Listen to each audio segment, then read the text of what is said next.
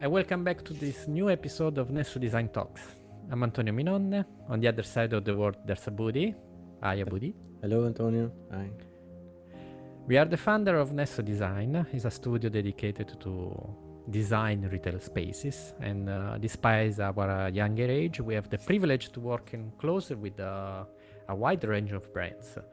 And we decide to share with you all the stories of these brands that somehow they impress us and they teach us something valuable that we would like to share with you.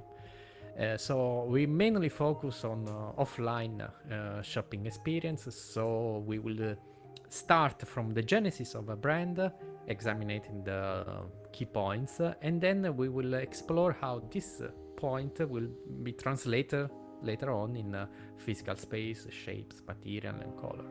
So we already spoke enough. It's time to dive into the new episode. And today we talk about Harmay.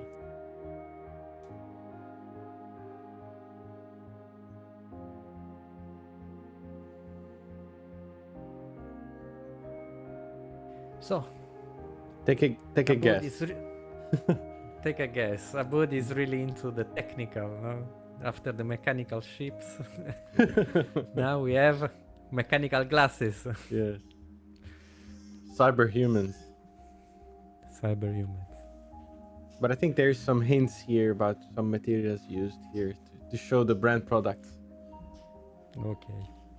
So, as all the brands, we will examine mostly the three key points.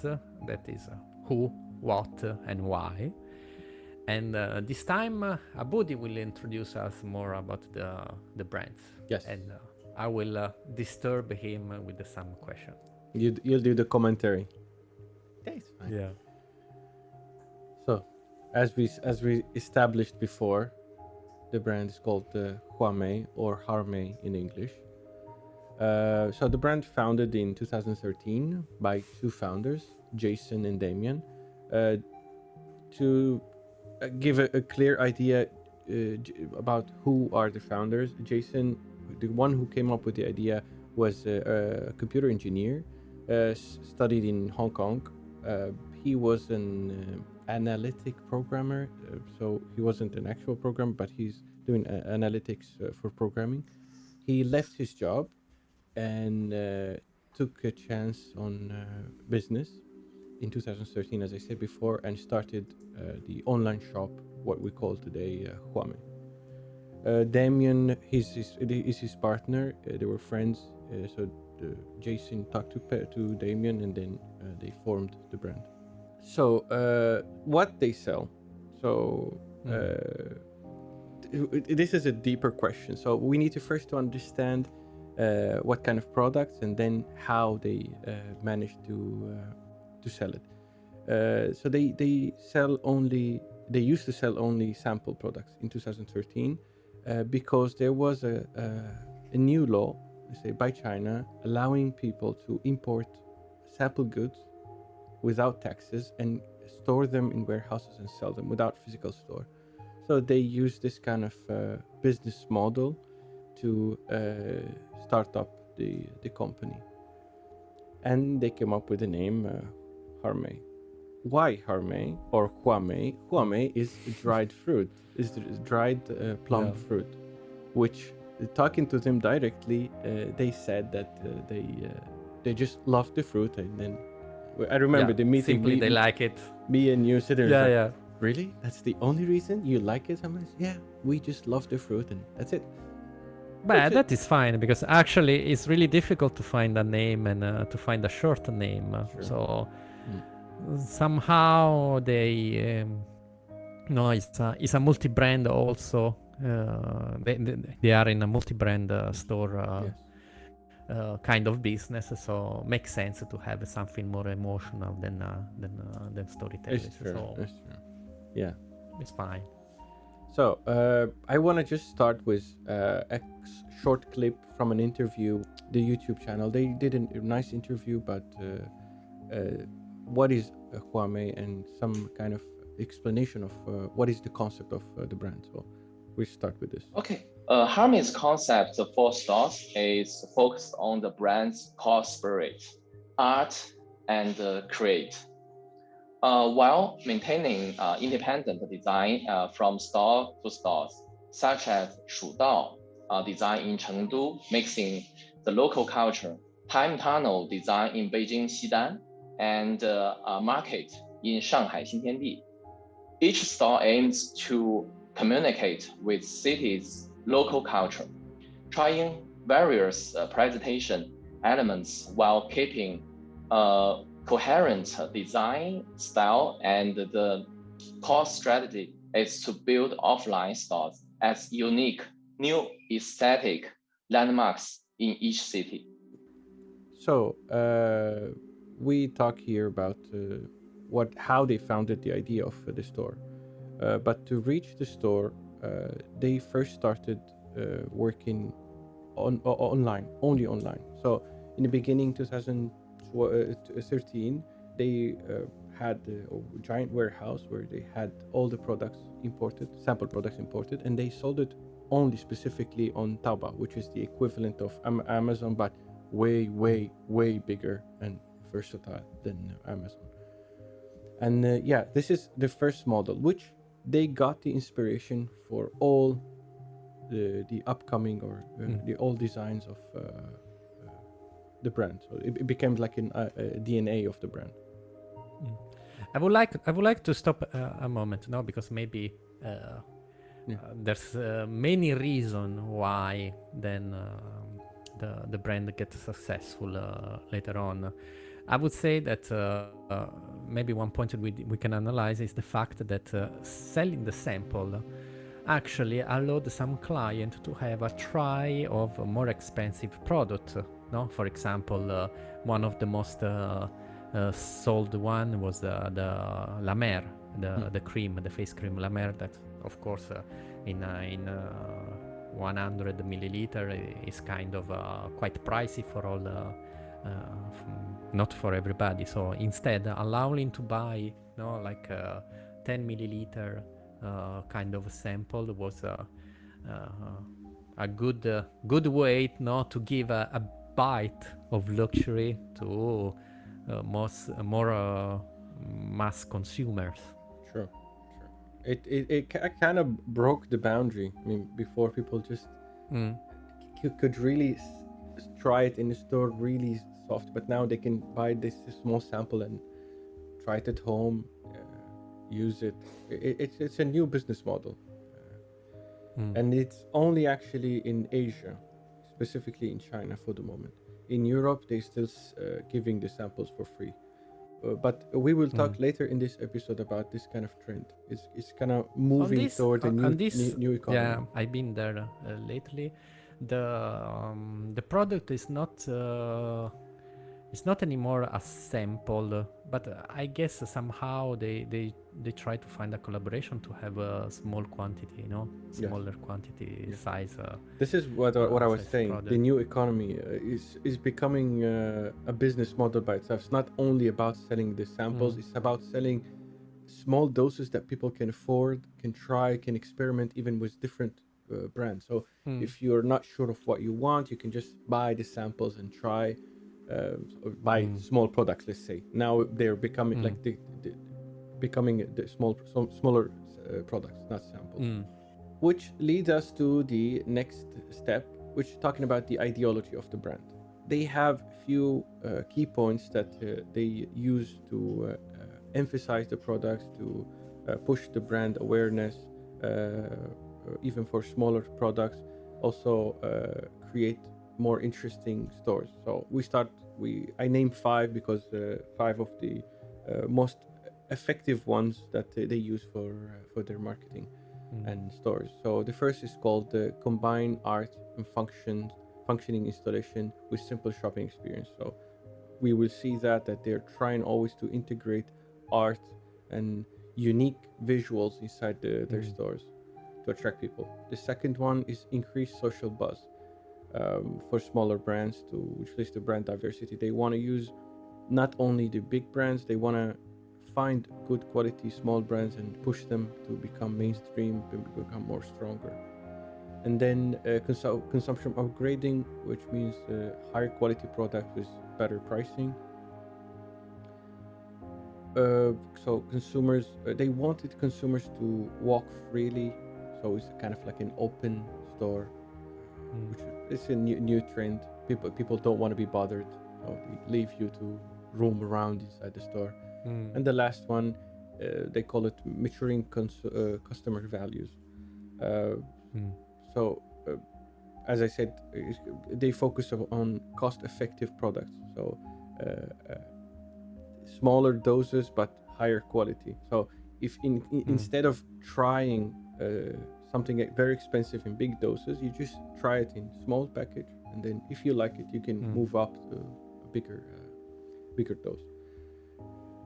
So the next step is when Harmay developed, they created a manifesto of who they think they are and their client or demographic customers. What they call is this is what they call the Harmay manifesto, starting from being alone, being low profile, being tenacious, being alien, being undisturbed. All these elements combined together is kind of directed to Gen Z. If you notice the market research about Gen Z, they're all following this same kind of ambient, being kind of not alone in a negative way, but kind of like individuality. Don't be disturbed by others. Be low profile, but in a very good attitude or strong attitude, being tenacious in what you do, be focused, do what you do good, being alien, being different. All these elements, they sound maybe negative in words, but they're quite positive in self-esteem. Enforce your personality in a good way to the society. Don't be influenced by others. Yeah, this is quite for me. I really like the manifesto. I like the way they appeal to consumers. They will let's say on time before the COVID, Yeah. if I would say. Yeah. Because actually, all this objective became stronger and stronger after the quarantine period. But I understand, and this maybe we can have a fast comment on Chinese society, because it's still a Chinese brand, and actually is kind of against the flow, because the Chinese society cherish a lot the community, cherish a lot the family. No, so if you think this in a optical of just opposing to the traditional Chinese value, for so Yes. we need to read it all these subject in under this lens. Which all these values and all this marketing in the end led to the opening of the first physical store in Shanghai in 2017.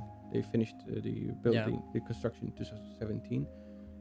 The place is called the Anfulu, it's quite famous, and they collaborated with AIM Studio to create the first experience. They don't call it a store at that time, they called it the experience. So here they're discussing that their ideology behind this is that their concept is to create something that is not repetitive, to keep the core element, but always adapt to new places. And the way they adapt is to merge with the culture of each city.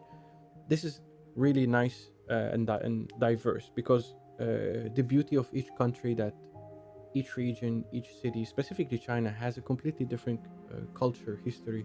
So they try to merge the architecture or the design of the interior with the history of the place. It becomes more relatable to the people. So this is what they call the online shopping experience in a physical store.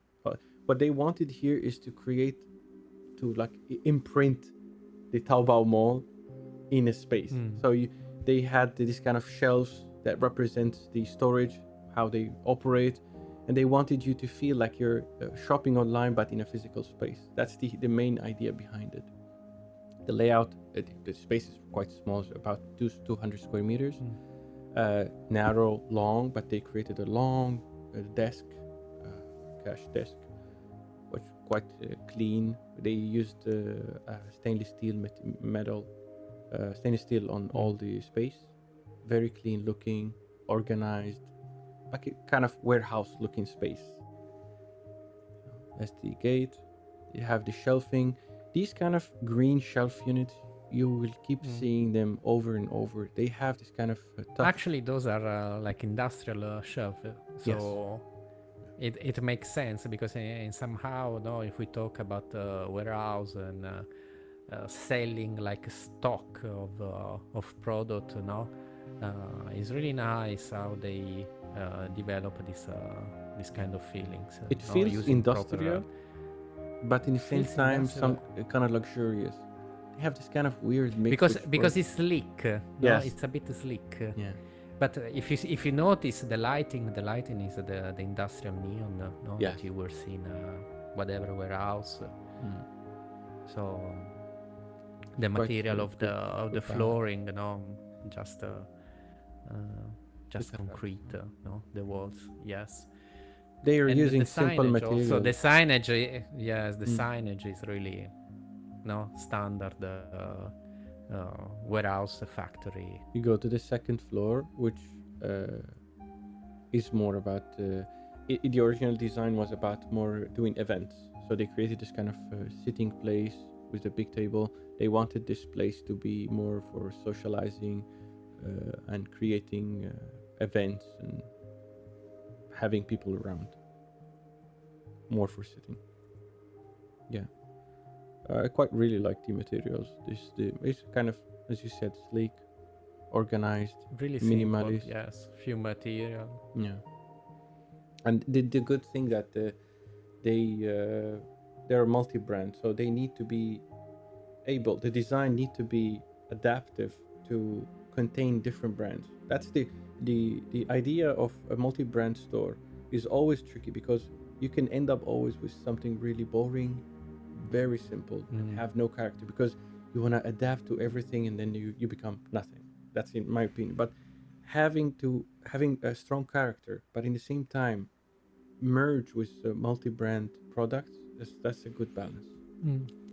Maybe yes and no, because I would say if you feel about multi-brand cosmetic store, the first name that comes in your mind is Sephora. They have a strong identity. Very strong. No, it's really is really simple, but let's say it's more a functional identity. Here is still they keep the function and they add some more flavor, no, Yes. to the experience. So it's a curious place. It's a place where you feel curious to go and stick inside. Meanwhile, maybe Sephora is more user friendly. No, if you want to buy something. They revolutionize a bit the industry and also the feeling of a multi-brand cosmetic store. Yeah, I think so. They did it in a not boring way. And they actually succeeded. I see, beside the business model, which is a little bit complicated to Western mindset, let's say, starting from selling samples, which is quite complicated to wrap your head around. But they reached a good amount of traffic online, and they started building their customer demographic. So I just want to jump to talk about 2 points here. One is a study by actually like a report research from Jingdong, is a Chinese company that focuses on selling products and also have a market platform. They have research institute. The research from last year, which is actually ironic, Huawei last year or this year actually, in comparison to last year, made 150%, 15% more than last year, which means they're on an uptrend. And starting from 2017, We are talking about online or offline. both. but Both. specifically this research is online. This research is based on online stores, but also the offline is also rising. This evolved, as I wanted to say this before, new cosmetic brands such as what you see here, the Watson, Wow Color, the Sanfu, all the Chinese brands started creating their own small products, small quantity products. This is a research from this year from Wuhan.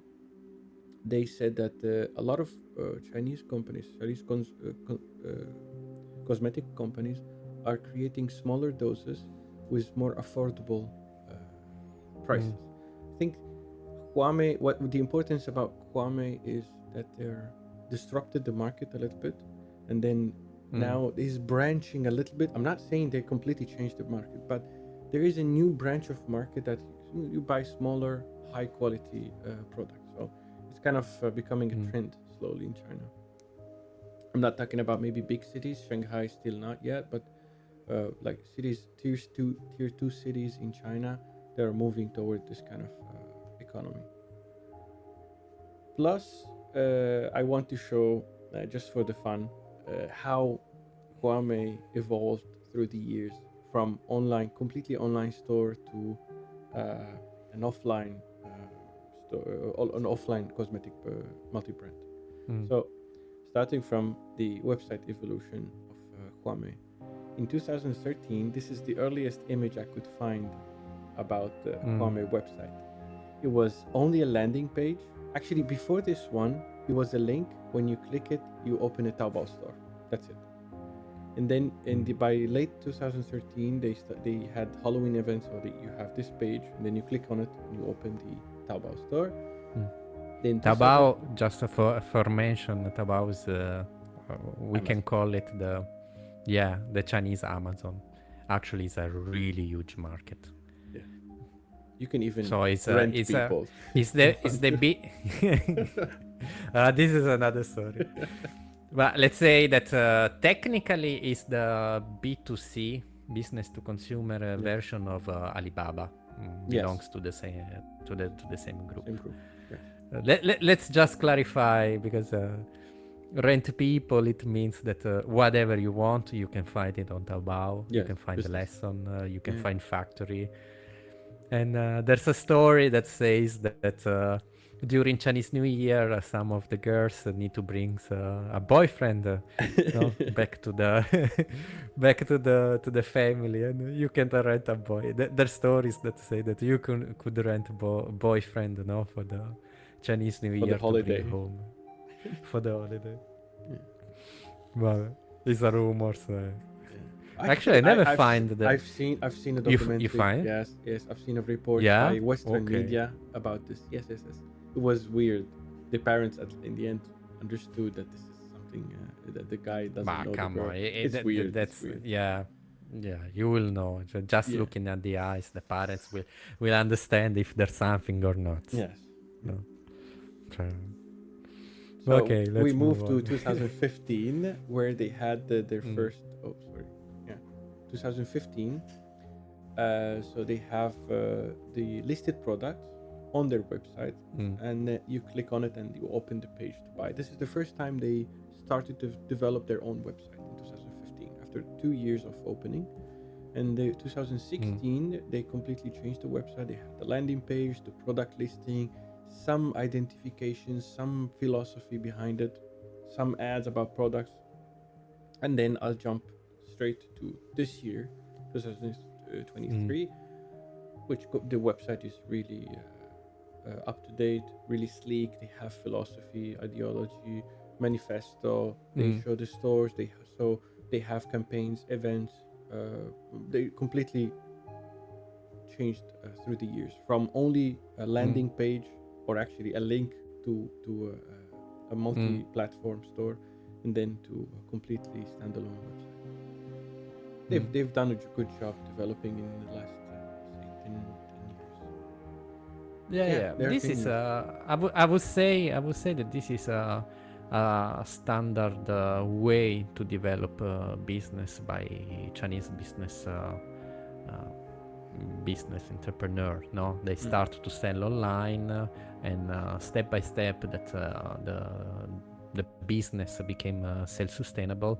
No, they started to build all the infrastructure around. So sell first, and so this is a brand totally based on sales. So they start as a sales, then we have the chance to talk directly with them. So actually they are quite strong people in the sense that they know what they want, they know how they want it, they have a clear idea. We did a small collaboration with them a few years ago.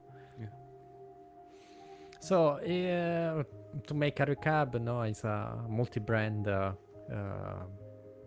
kind of multi-brand brand. No, they start with the idea of selling small quantity, and actually this was quite a successful, no, and they became to develop their philosophy around it, and I would say that we're gonna see better in the next episode, but they start to take some hints, cultural hints from all the places where they open the stores, and they always try to melt with art, melt with also some let's say social. I wouldn't call it a social fight, but how we describe? You're talking about the community aspect, the community Community socializing? aspect, yes. Yeah. Yes, community aspect. That's questo è il nome ufficiale americano, social justice warrior. Sì. So, as in America they call it social justice warrior. Yes. I think it's too dramatic as a name. Yes. Yes. Social justice warrior. Like, come on, it's just be nice. No, that's the point. Americans tend to put etiquette to everything, so it's just to be nice, you know. Yeah. Nice with people. don't need to be that. Oh my God. Okay, so this was everything for this first episode. For the next, we will start from this key point of the branding, and we will see how this influence all their stores activities. Your engagement is always appreciated. If you have any question, comment, or brand that you would like to see in the future, don't hesitate to write down in the comments. We truly appreciate your time and your company. Remember to subscribe to our podcast to don't miss the upcoming episode of Nesso Design Talks. So for today, that's it, and see you soon.